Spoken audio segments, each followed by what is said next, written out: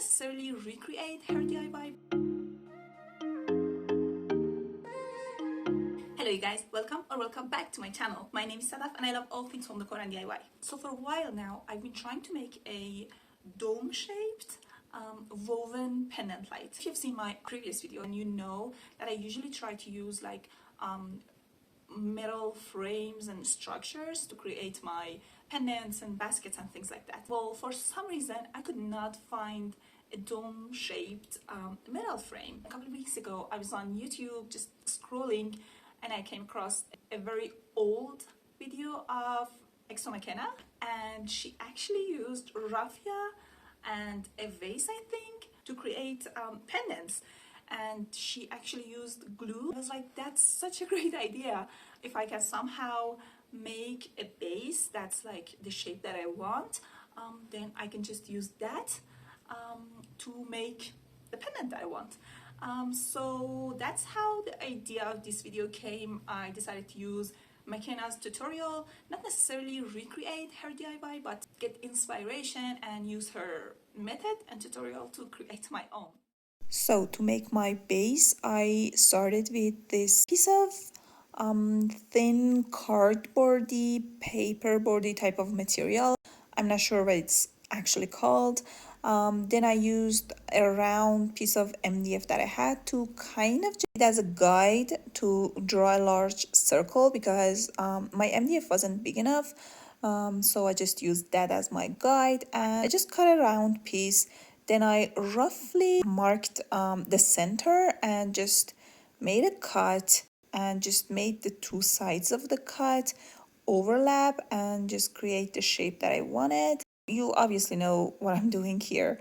Then using some hot glue, I just attached the sides to each other. Then I tried to cover my base with some plastic wrap, which was very challenging, and the plastic wasn't sticking to the cardboardy material. So I ended up adding some hot glue here and there to help it stick to the paper better. But yeah, I was kind of struggling. I tried my best and just covered it as best as I could.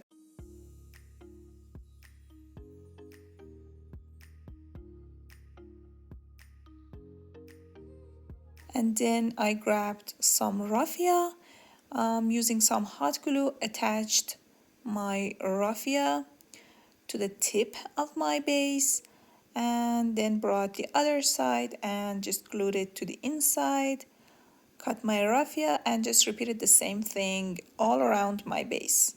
And just one thing to keep in mind is that you don't want to pull too hard. You don't want your raffia to be super taut. And the second thing is that you want the number of your raffias to be an odd number. I was eyeballing the distances, but it's important to have an odd number. Then I cut a long piece of raffia, glued one end of it to the tip again, and the other end I'm using a needle to go in between my previous rows, and basically just weave in between them. I'm going over one, under one, over one, under one, and this is our pattern. Every once in a while you just want to pull your raffia so you have like a very nice and tight weaving, but yeah, that's all there is to it. Just going over one, under one. Here you can see my weaving wasn't as tight anymore, and there was a lot of gap in between. So what I decided to do was just add a piece of raffia in between each two previous ones, if that makes sense. And to do that, I just glued my new piece to the back side of my last row. I think you can see what I'm doing here. I just repeated that all over my base, adding one piece in between each two, but just leaving one of them in order to keep the odd number. I repeated weaving the same way. The first row after adding those new pieces is gonna be kind of weird and basically just not go according to the pattern that we were weaving, but that's just for the first row. And Yeah, the second row, your weaving is just gonna fix itself. I think you can see here, this is my second row after adding the new pieces, and the pattern has fixed itself, you could say. I just kept on weaving.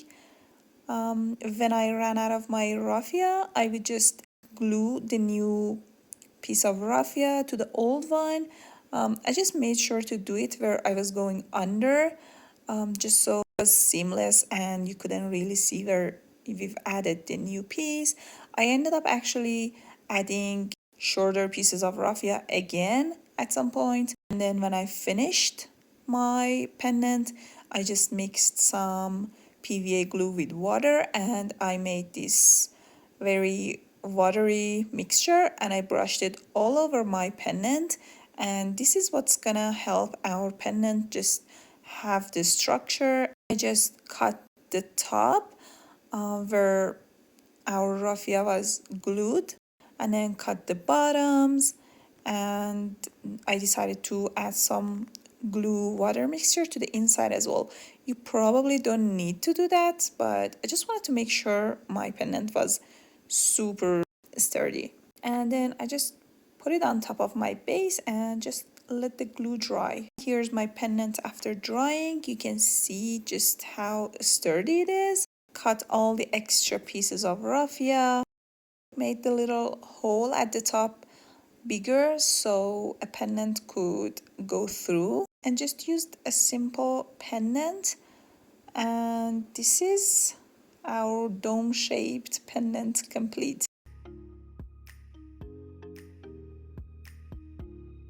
And for my second DIY, when I was on Maccena's channel, I started looking around and see what other ideas or inspirations I could find.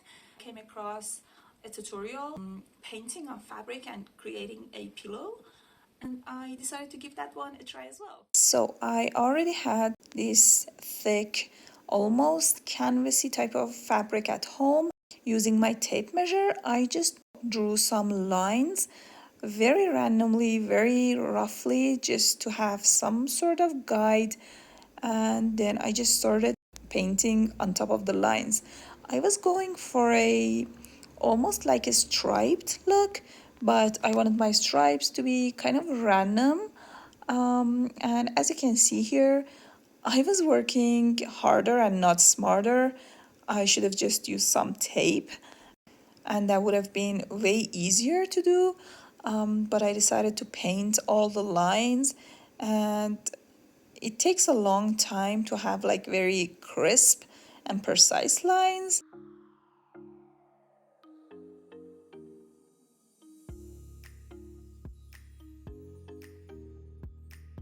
I was kind of into the whole hand painted kind of look, so yeah, I just painted on top of the lines that I had drawn, and this happened. I accidentally dropped a couple of drops of water on top of my paint once it wasn't dry yet, and this happened. I kind of tried to cover it all up, but I just decided to make another one, and this is my fabric painted and complete. And the instructions on my paint said to flip the fabric and just iron the back side of the fabric for a couple of minutes, and this is what's gonna help the paint, I guess, kind of stick to the fabric and not wash off. And I did just that, and then I added a new piece of fabric to the back side, filled it up, and this is my pillow. So I hope you enjoyed today's DIYs. If you did, please leave a comment down below letting me know which one was your favorite. And yeah, make sure to subscribe to the channel, and I hope to see you again. Bye!